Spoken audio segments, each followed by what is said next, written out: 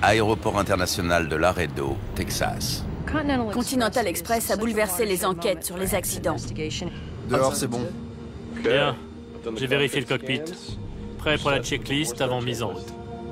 Vol Continental Express 2574. Ça s'est passé très vite. C'était très violent. L'avion a été incontrôlable. Oh mon Dieu, regarde! Canal 1, hors service. J'ai eu un peu peur en voyant les débris. Je leur ai dit que c'était une bombe. Boum! L'épave va raconter une histoire glaçante S'ils avaient suivi les procédures, ça ne serait pas arrivé. qui montre que l'enfer est pavé de bonnes intentions.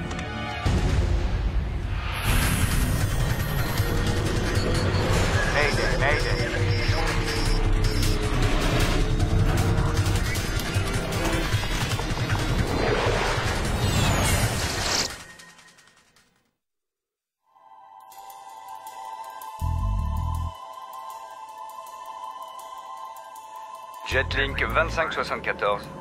Ils vont nous faire atterrir sur la 26 ou la 27. Pas de problème.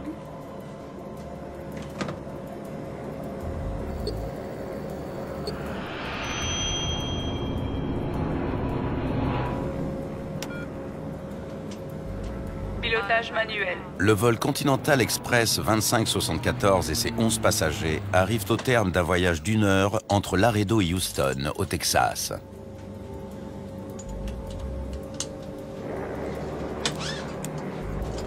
C'est le deuxième vol de la journée pour les membres d'équipage. Après avoir relié Houston à Laredo, ils sont maintenant sur le chemin du retour. 15 000 pieds plus bas, les fermes et les ranchs du sud du Texas sont baignés par la chaleur d'une matinée de fin d'été. Locke capturé par la droite. Les pilotes préparent l'Embraer 120 Brasilia pour un nouvel atterrissage de routine. Le commandant de bord, Brad Patridge, vient d'avoir 29 ans. L'officier pilote de ligne, Clint Rodozovic, 43 ans, sera bientôt commandant de bord à son tour.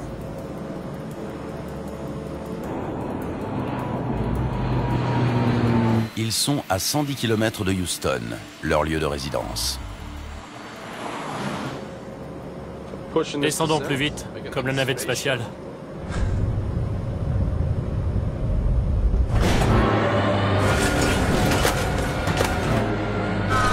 Sur vitesse. En un clin d'œil, l'avion pique du nez et plonge. Décrochage. Il chute de 2000 pieds en seulement quelques secondes.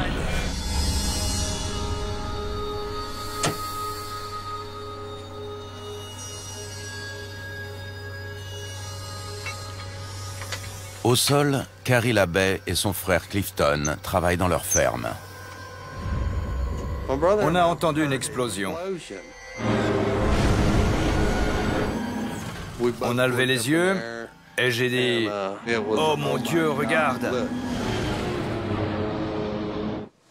On a vu l'avion tomber. Il descendait en vrille.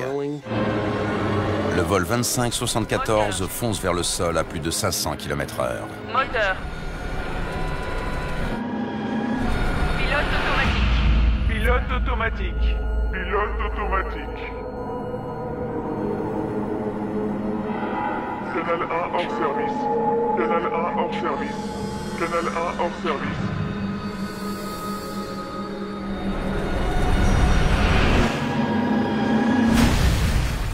Quand il a touché le sol, il y a eu une énorme explosion.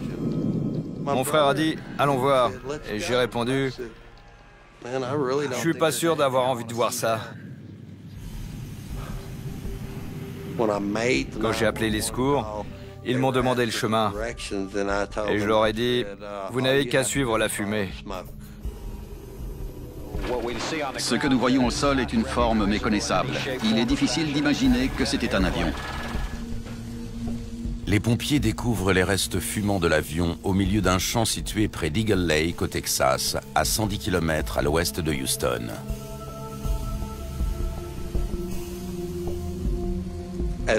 En arrivant, si on n'avait pas su que c'était un avion, on aurait cru voir un tas d'ordures. Tout avait brûlé. 10 corps ont été trouvés dans l'épave et 4 à l'extérieur. Les 14 occupants de l'avion ont été tués, y compris le pilote et le copilote. Les enquêteurs doivent maintenant déterminer pourquoi il y a eu des morts sur un vol régional ordinaire. Dès qu'un passager est tué sur un vol régulier, il va de soi qu'on mobilise une équipe entière.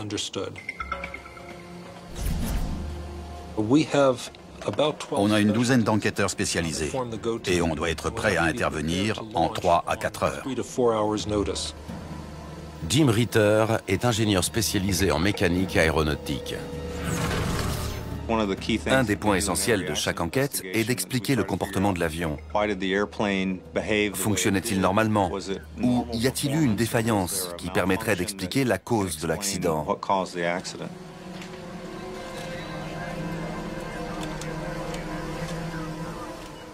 J'ai eu un peu peur en découvrant l'épave.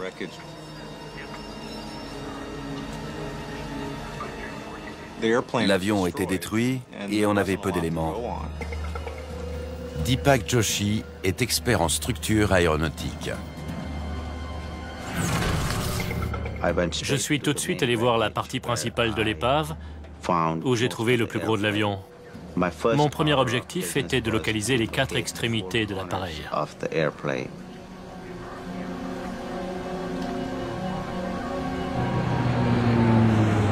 L'avion était un petit biturbopropulseur de fabrication brésilienne, l'Embraer 120. Sa taille et sa vitesse en ont fait un appareil apprécié des compagnies régionales américaines. La flotte de Continental Express en compte 34 exemplaires.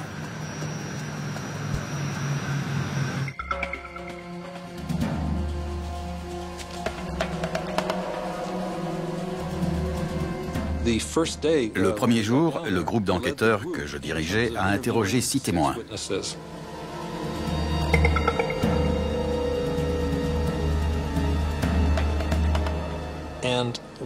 L'un d'eux nous a raconté que l'avion semblait descendre normalement vers l'aéroport. Et quand il l'a regardé, il y a eu une explosion. Il y a eu une explosion. Je leur ai dit que c'est une bombe. Et il a tournoyé en descendant. En touchant le sol, il a explosé à nouveau. Et boum! C'est en voyant la première explosion qu'on a crié « Mon Dieu !» J'ai vu un trou. L'avion semblait avoir un trou de la taille d'une voiture. Les témoins s'accordaient à dire que l'avion était en feu avant de toucher le sol. J'ai vu l'avion. Il avait les ailes en feu et il est tombé comme une pierre. L'aile a été complètement déchirée. Elle flottait au vent. Les témoignages vont dans le même sens. L'hypothèse d'une bombe ayant explosé à bord semble tout à fait plausible.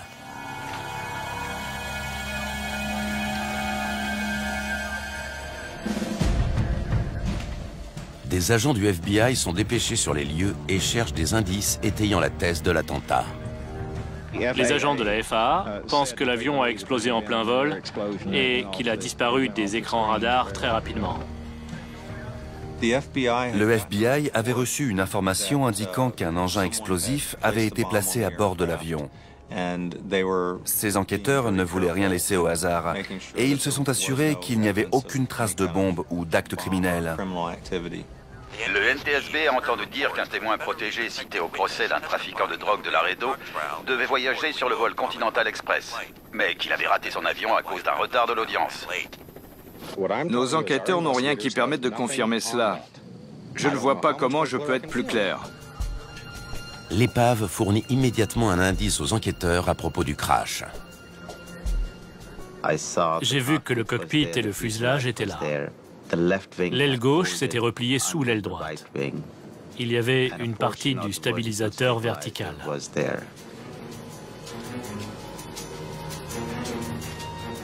Mais pas le stabilisateur horizontal.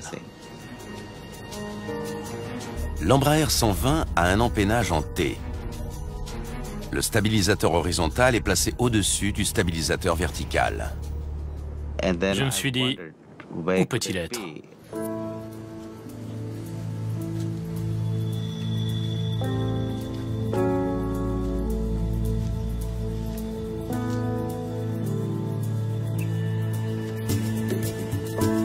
À 200 mètres de là, loin derrière l'épave, Deepak Joshi trouve la section manquante. J'ai besoin d'un relevé. J'en ai conclu que l'appareil s'était désintégré en vol. Bon. De nombreuses pièces étaient éparpillées. On s'est donc demandé d'où est-ce que c'est parti. Qu'est-ce qui a déclenché cet événement?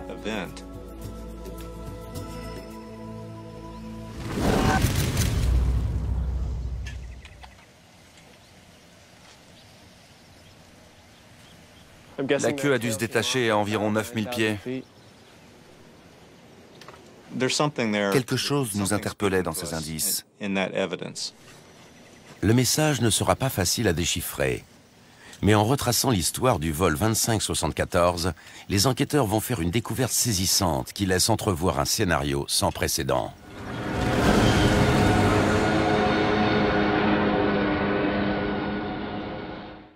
Les 14 occupants de l'avion ont été tués, y compris le pilote Brad Patridge, qui vivait à Kingwood. Les enquêteurs du NTSB récupèrent les boîtes noires dans la partie arrière du fuselage du vol Continental Express 2574. Les enregistreurs sont essentiels. Ils nous permettent d'entrevoir ce qui s'est passé. Sans l'enregistreur de paramètres et l'enregistreur phonique, on aurait peu d'informations à exploiter. Les boîtes noires sont envoyées à Washington pour être analysées. Puis, l'enquête se concentre sur l'empennage de l'avion. Il manque une pièce du puzzle et elle est éloignée de la partie principale de l'épave. C'est ce qui retient notre attention. Puisque la queue se trouve à 200 mètres derrière le reste de l'épave, les enquêteurs ont conclu que c'est l'une des premières parties à s'être détachée.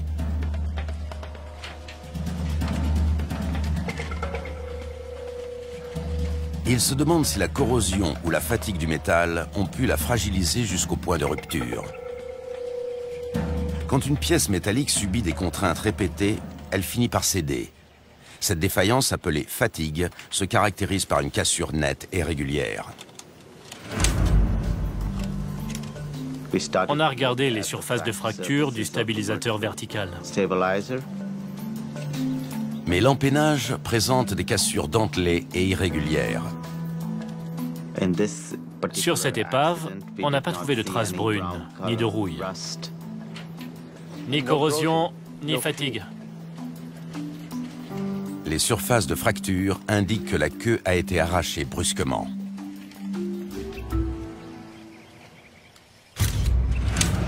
À Washington, des techniciens du NTSB ouvrent les boîtes noires. L'enregistreur phonique est notre principal atout. Il enregistre tout ce qui se passe dans le cockpit pendant la demi-heure qui précède l'impact.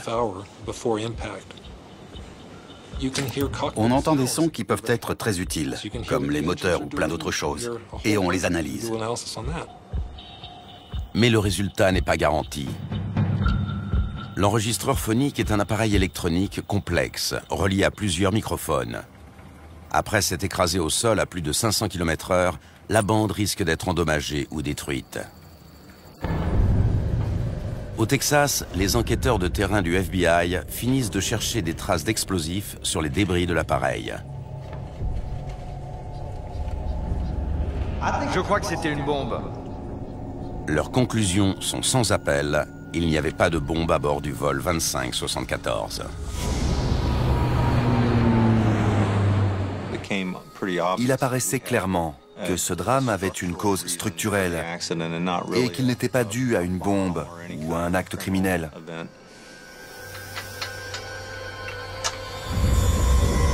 Les flammes et l'explosion décrites par les témoins résultent sans doute de la rupture de l'aile et de l'inflammation du carburant qu'elle contenait. Les enquêteurs découvrent que l'empennage n'est pas tombé en un seul morceau. J'ai remarqué qu'il manquait le bord d'attaque du côté gauche du stabilisateur horizontal. C'est très inhabituel. Il peut manquer un petit morceau, mais pas la pièce entière longue de 3 mètres. Sur le côté droit du stabilisateur, le bord d'attaque est toujours en place. Mais sur le côté gauche, il a totalement disparu. Alors, quand est-ce qu'il s'est arraché? Il y a une question clé. Quelle est la première partie à s'être détachée? Souvent, l'élément déclencheur se trouve dans les premières pièces qui se sont séparées de l'avion quand il s'est désintégré en vol. Maintenant, les enquêteurs doivent impérativement retrouver le bord d'attaque manquant. C'est une pièce moulée en matériaux composites longue de 3 mètres, dont le profil arrondi permet à l'air de glisser en douceur au-dessus du stabilisateur. Mais le bord d'attaque reste introuvable à proximité des lieux du crash. Il nous le fallait, et on était frustrés parce qu'on jugeait cet élément essentiel. Sans lui, les enquêteurs n'ont pas toutes les pièces de l'avion. Encore plus grave, il leur manque la partie qui s'est sans doute détachée en premier.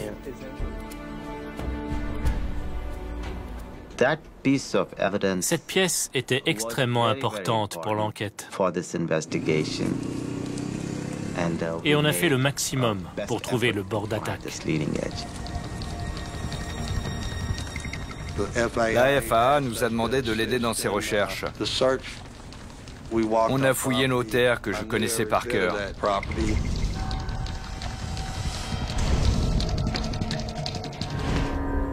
Alors que la zone est passée au peigne fin, Jim Ritter reçoit une copie des données de l'enregistreur phonique provenant du laboratoire de Washington. Par chance, la bande est intacte. Les dernières conversations des pilotes ont bien été enregistrées. Test radio. Jim Ritter veut voir s'ils ont évoqué un problème grave ou s'ils ont été contraints de faire une manœuvre d'urgence pour éviter un obstacle. Les avions volant entre 6 et 8 000 pieds peuvent rencontrer des oiseaux. Mais le biturbopropulseur volait beaucoup plus haut. Il était donc à l'abri d'un choc aviaire. Test radio. Je te reçois 5 sur 5. Moi aussi. Écoutons le bulletin Atis. Sur la bande, on entend surtout les contrôleurs du trafic aérien donner des instructions de routine aux pilotes. Jetlink 2574, quel est votre cap? 050. Jetlink 2574, bien reçu. Tournez au cap 030. Et des conversations normales entre les pilotes. J'ai quelques jours de congé. Je vais aller à la mer, me reposer et jouer au golf. Le vol semble se dérouler sans encombre, jusqu'à ce que l'officier pilote de ligne entame une descente rapide vers Houston. Descendons plus vite, comme la navette spatiale.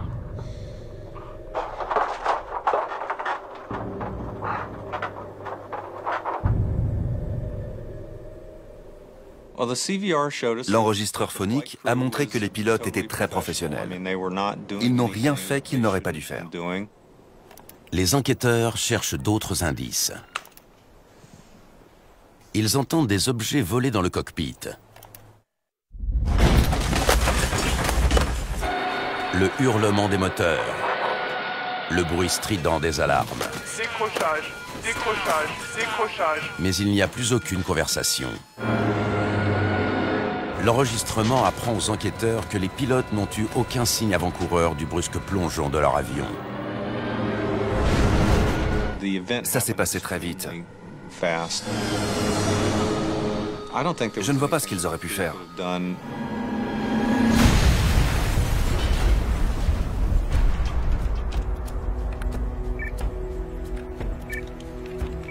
L'analyse de l'enregistreur de paramètres les amène à la même conclusion. On n'a rien remarqué d'inhabituel, jusqu'à l'instant précis où l'avion a fait une descente en piqué. Avant que l'avion ne commence à chuter pour atteindre quasiment sa vitesse maximale et se désintégrer, il n'y avait rien eu d'anormal. La cause du crash reste mystérieuse. Il est maintenant plus important que jamais de trouver la pièce manquante de l'empennage.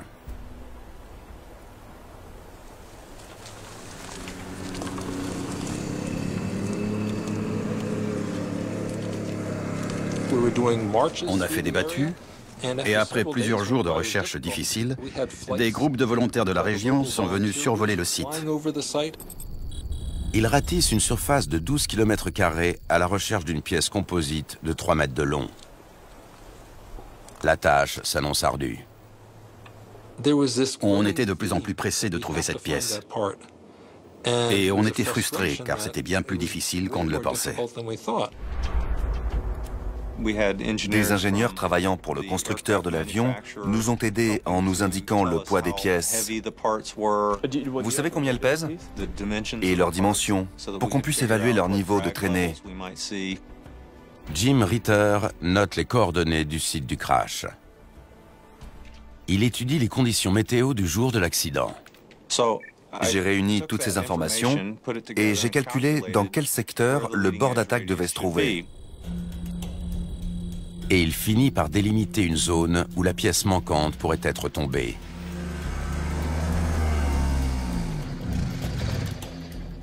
Elle doit être par là.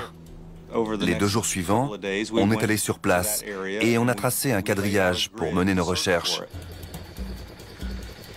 On a sillonné le secteur en quad et en hélicoptère. Le 3e jour, la chance leur sourit. On survolait la campagne du Texas, pays des bovins, quand soudain le pilote m'a dit « Je crois que je la vois ».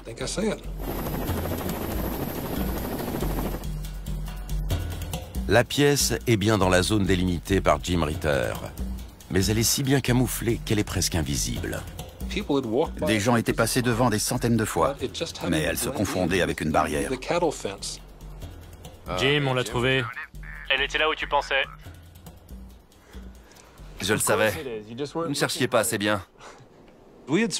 On avait passé des journées et des nuits entières à calculer où il fallait chercher. Et j'ai été transporté de joie quand enfin on a découvert cette pièce. Maintenant que le bord d'attaque a été retrouvé, les enquêteurs pensent avoir toutes les parties de l'avion. On exultait parce que pour nous, c'est important de faire le maximum pour comprendre ce qui s'est passé. Sans la pièce clé, il y a toujours des questions en suspens.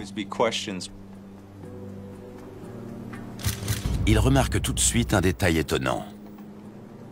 On a constaté que les trous situés sur la surface supérieure du bord d'attaque étaient intacts. Ils n'étaient ni étirés ni endommagés. Mais ceux qui servent à fixer la pièce sous le stabilisateur ont un aspect très différent. Les trous de la surface inférieure du bord d'attaque étaient allongés et déchirés, comme s'ils avaient été fendus par les vis. La pièce manquante a été trouvée à plus d'1 kilomètre au sud-ouest de l'empennage. À l'évidence, elle a été la première à se détacher de l'avion.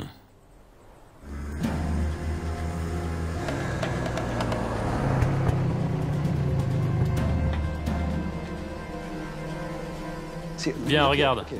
Le dessus est en parfait état. Mais le dessous est très abîmé. Le fait que les trous situés en haut du bord d'attaque soient intacts laisse entrevoir une perspective glaçante. On aurait dit qu'aucune vis ne retenait la partie supérieure du bord d'attaque du stabilisateur horizontal. Cette découverte place l'équipe face à 2 questions importantes. Pourquoi n'y avait-il pas de vis? Est-ce que la perte de cette pièce a pu causer l'accident? Et le bord d'attaque améliore l'aérodynamique de l'avion. Mais ce n'est pas une pièce mobile qui contrôle sa direction. Il est donc peu plausible que son arrachement ait pu faire plonger l'appareil. À ce stade, j'étais assez surpris que la perte d'un bord d'attaque composite puisse avoir des conséquences aussi graves. Maintenant que toutes les pièces de l'avion ont été retrouvées, l'enquête se poursuit au siège du NTSB à Washington, D.C.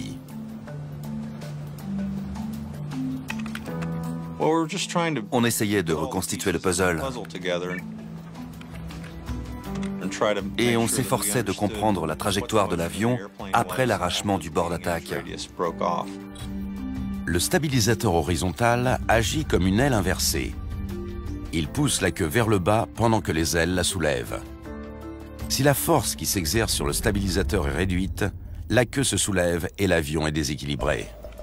On se demandait si l'appareil était encore contrôlable.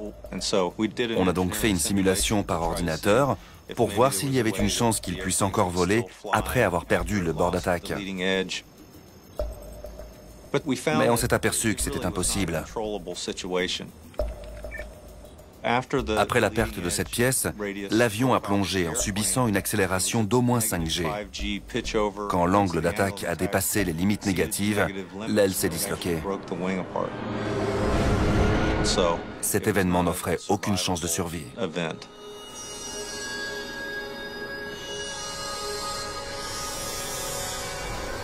Les simulations sont éloquentes.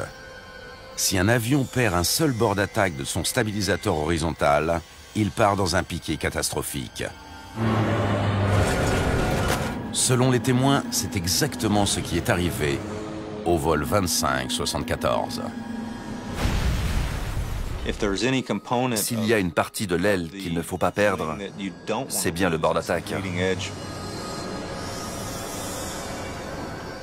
Les enquêteurs savent maintenant que le crash est dû à la perte du bord d'attaque du stabilisateur.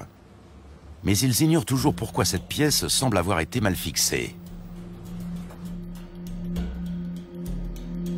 En consultant le registre d'entretien de l'avion, Malcolm Brenner fait une découverte troublante. Une équipe de maintenance avait travaillé sur le stabilisateur le soir précédant l'accident. Il devenait clair qu'il fallait se pencher sur les procédures de maintenance suivies la veille et sur l'atelier.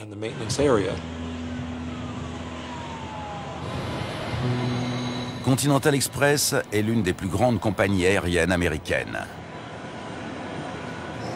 La vie de milliers de passagers dépend de la qualité d'entretien de toute sa flotte d'avions. Les enquêteurs doivent retrouver de toute urgence quelles erreurs ont été commises dans les heures qui ont précédé le crash. L'enquêteur du NTSB, Malcolm Brenner, se rend à l'aéroport intercontinental de Houston pour parler à l'équipe de maintenance qui est intervenue sur l'avion. Globalement, on a demandé à visiter l'atelier pour voir comment il se présentait. Et on a voulu savoir tout ce qui avait été fait la veille de l'accident. Souvent, les agents de maintenance travaillent de nuit et doivent réparer l'avion pour un vol le lendemain. Terry Von Fedden enseigne la sécurité aérienne. Elle a fait du vol 2574 un cas d'étude. Ils mettent les bouchées doubles pour préparer l'avion rapidement. Et parfois, ils ne peuvent pas tout faire. En prévision de l'hiver, Continental Express avait fait inspecter et réparer les boudins de dégivrage de sa flotte d'Embraer 120. Ces boudins sont des gaines de caoutchouc que les pilotes peuvent gonfler pour briser la glace sur les ailes et la queue de l'avion. On a voulu interroger tous les mécaniciens, les chefs d'équipe et les agents d'inspection qui avaient pris part à cette activité. Malcolm Brenner s'intéresse à 3 employés. Le chef d'équipe, Adam Dillon. Troy Anderson, un inspecteur chargé de vérifier le travail des mécaniciens. Et le responsable de l'équipe du soir qui avait commencé les travaux, John Lepage. Merci d'être venu. Que deviez-vous faire ce soir-là? On avait 10 heures pour changer les 2 boudins. Pour effectuer cette opération, il faut démonter les bords d'attaque, extraire les boudins usagés, les remplacer, puis remonter l'ensemble sur le stabilisateur horizontal. C'est beaucoup pour une seule nuit.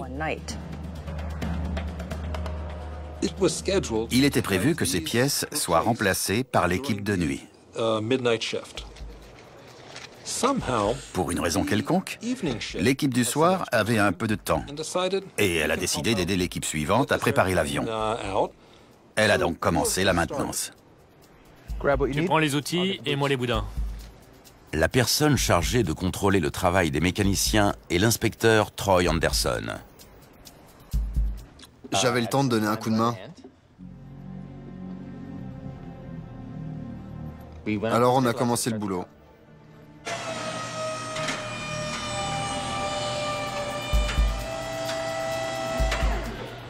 Le mécanicien s'est chargé du dessous. L'inspecteur est monté sur le stabilisateur pour enlever les vis du dessus.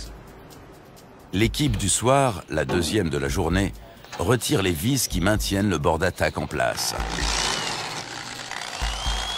L'équipe suivante doit faire le reste du travail. À 22 h, Adam Dillon prend le relais en tant que chef de l'équipe de nuit. Salut. Faites la maintenance des moteurs et changez les boudins. Les deux? Oui. Le changement d'équipe est un moment crucial, parce qu'on reprend une tâche qui n'est qu'à moitié effectuée. Il faut donc préciser très clairement ce qui a déjà été fait et ce qui reste à faire. En prenant mon service, j'ai demandé où en était le remplacement des boudins de dégivrage. Les mécaniciens constatent que beaucoup de vis sont endommagées. Il faut plus de temps que prévu pour les retirer. Je me suis aperçu qu'ils étaient encore occupés à essayer de retirer le bord d'attaque du côté droit. Apparemment, ils n'allaient pas avoir le temps de faire les deux côtés. Adam Dillon fait alors un choix lourd de conséquences. Vous avez attaqué la gauche? Non. L'équipe qui a commencé le travail termine son service à 22 h 30. C'était impossible de tout faire, alors j'ai décidé qu'on ne changerait que le boudin de dégivrage du côté droit. Les enquêteurs apprennent que par manque de temps, le responsable de l'équipe de nuit a renoncé à faire les deux côtés. Les gars, laissez tomber le côté gauche. Il faut sortir l'avion du hangar.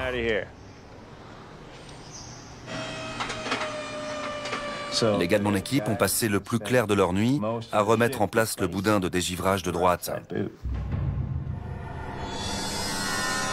Quelques heures plus tard, les mécaniciens ont fini de remplacer la pièce et ils ont remonté le bord d'attaque du côté droit. Vous n'êtes pas intervenu sur le côté gauche? Non, pas du tout.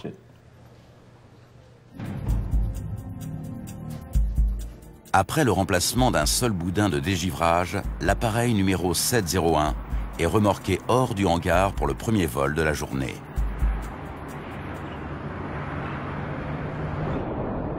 Trois heures plus tard, le bord d'attaque gauche est arraché de l'empennage.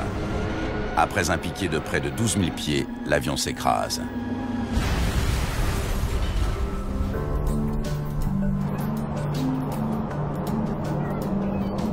De retour à Washington, les enquêteurs du NTSB essaient de rassembler les informations qu'ils ont recueillies. Dillon et Lepage. Avec les mécaniciens et les chefs d'équipe, la coopération était bonne. Ils ont détaillé ce qu'ils avaient fait, ils étaient crédibles. Et je pense qu'ils essayaient de nous aider. Que deviez-vous faire ce soir-là? On avait 10 heures. Impossible de faire les deux côtés. J'avais le temps de donner un coup de main. L'équipe du soir. Les enquêteurs sont presque sûrs que les vis situées au-dessus du bord d'attaque gauche ont été retirées et qu'elles n'ont pas été remises en place. Mais les techniciens assurent qu'ils n'ont travaillé que du côté droit. Les enquêteurs sont perplexes. L'équipe du soir est arrivée. Les mécaniciens ont commencé par le côté droit. Et leur inspecteur les a aidés. Les changements d'équipe étant toujours dangereux, il existe des procédures strictes et elles ont été ignorées. L'inspecteur a aidé l'équipe à préparer l'avion. Ça a semé le trouble. Il a dit ce qu'il avait fait. Fais-moi voir ça. Aider les mécaniciens à ôter les boudins. C'est-à-dire?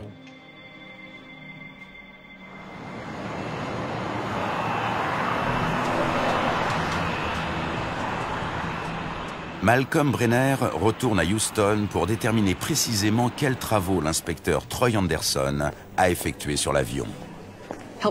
Aider les mécaniciens à ôter les boudins. C'est une formule succincte qui ne précise pas ce qui a été retiré de l'avion et où en était la maintenance au moment du changement d'équipe.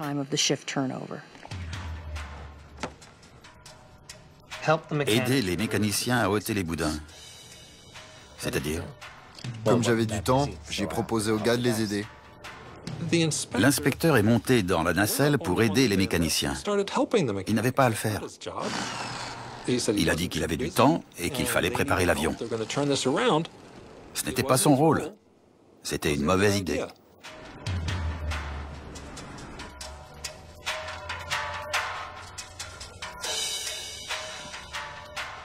Quel côté avez-vous fait? Le droit? Les deux. Écoutez, on avait prévu de faire les deux côtés.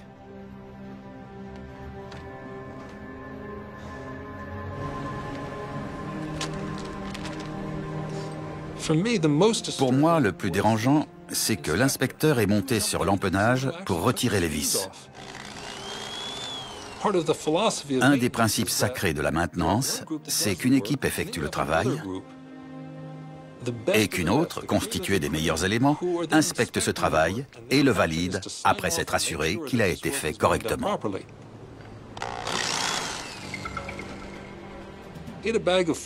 Il avait un sachet de 40 vis qu'il avait retiré et il l'a laissé dans la nacelle pour l'équipe suivante.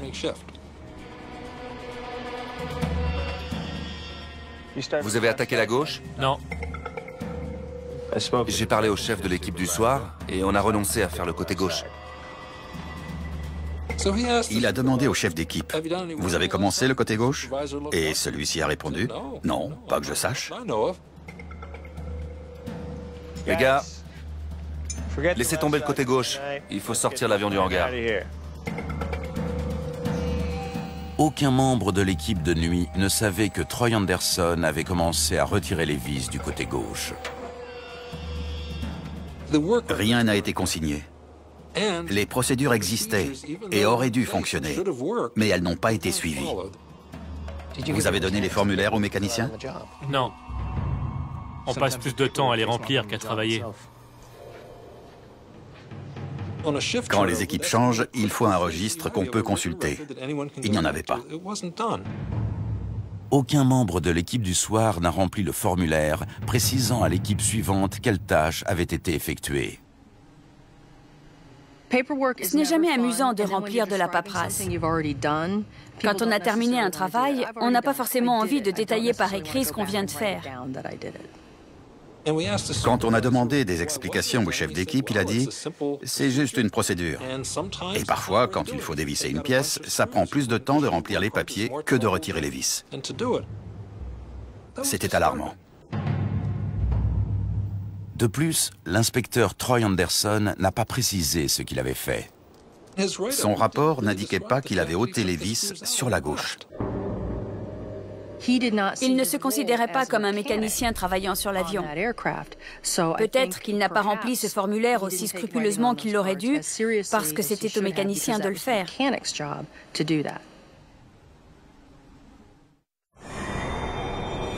C'est une négligence lors d'une maintenance de routine qui a causé le crash du vol 2574. Mais une question lancinante subsiste. Log capturé par la droite. L'avion a parcouru plus de 800 km avant que son bord d'attaque ne s'arrache. C'est étonnant que le stabilisateur horizontal ait résisté au premier vol. L'incident fatidique est arrivé vers la fin du second vol de la journée. Descendons plus vite, comme la navette spatiale. Pourquoi ne s'est-il pas produit plus tôt?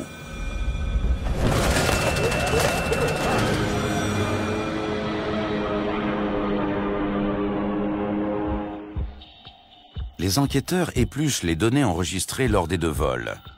Ils comparent les paramètres de vol comme la vitesse, le cap et l'altitude à la recherche de tout élément pouvant apporter une réponse. Le tout était de savoir dans quelle mesure les forces aérodynamiques avaient changé. Ils se concentrent sur la vitesse de l'avion pendant sa descente. Juste avant son plongeon fatal, le vol 2574 avait atteint les 260 nœuds. C'est une vitesse sûre en conditions normales, mais proche de la vitesse maximale, et c'est 44 nœuds de plus que pendant la descente précédente. Les enquêteurs mènent une étude pour confirmer que ces 44 nœuds supplémentaires ont suffi à déclencher la catastrophe.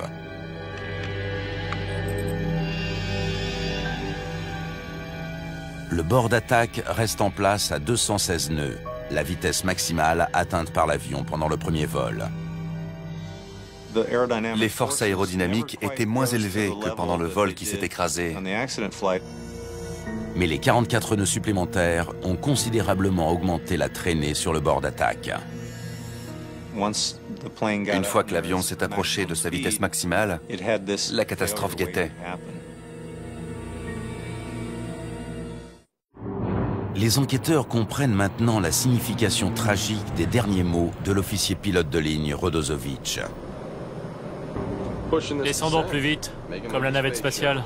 Sa descente rapide a scellé le sort du vol 2574. L'avion s'est disloqué à la vitesse la plus élevée qu'il ait atteinte depuis la visite de maintenance de la veille.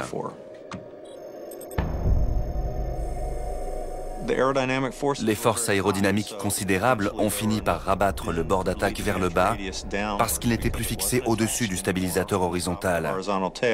Il s'est tordu jusqu'au moment où le flux d'air a été assez puissant pour l'arracher. À 260 nœuds, le bord d'attaque se détache. L'avion est devenu incontrôlable. Sur vitesse. Sur vitesse. C'était d'une violence inouïe. Moteur. Moteur. Sur l'enregistrement, on n'entend plus les pilotes. Ils ne pouvaient sans doute plus parler tellement c'était violent. L'énorme accélération négative fait instantanément affluer le sang dans le cerveau des passagers et de l'équipage, les plongeant dans l'inconscience.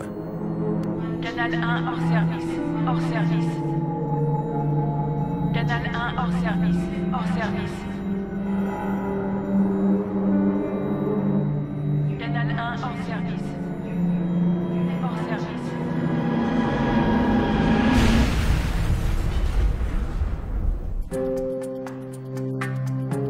Les enquêteurs imputent l'accident au fait que les vis fixant le bord d'attaque gauche au stabilisateur n'ont pas toutes été remises en place.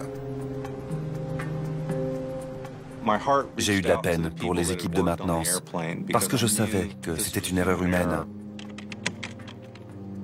Et j'étais sûr que tous ceux qui avaient travaillé sur l'avion allaient très mal vivre cette situation.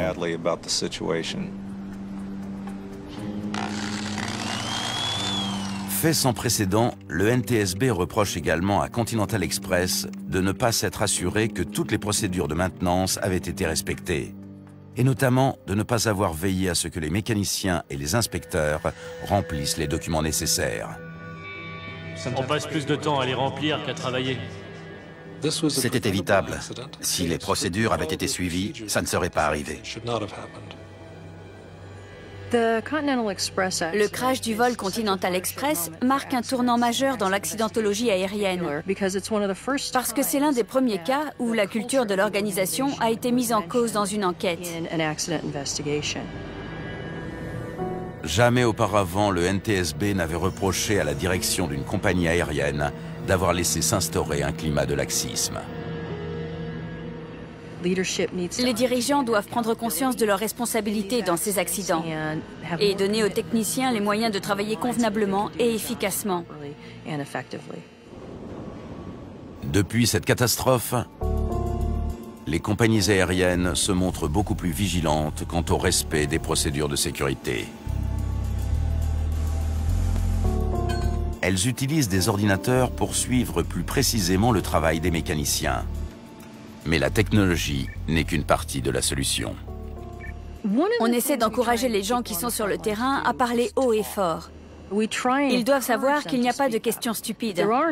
Chaque question est importante. Dans cette affaire,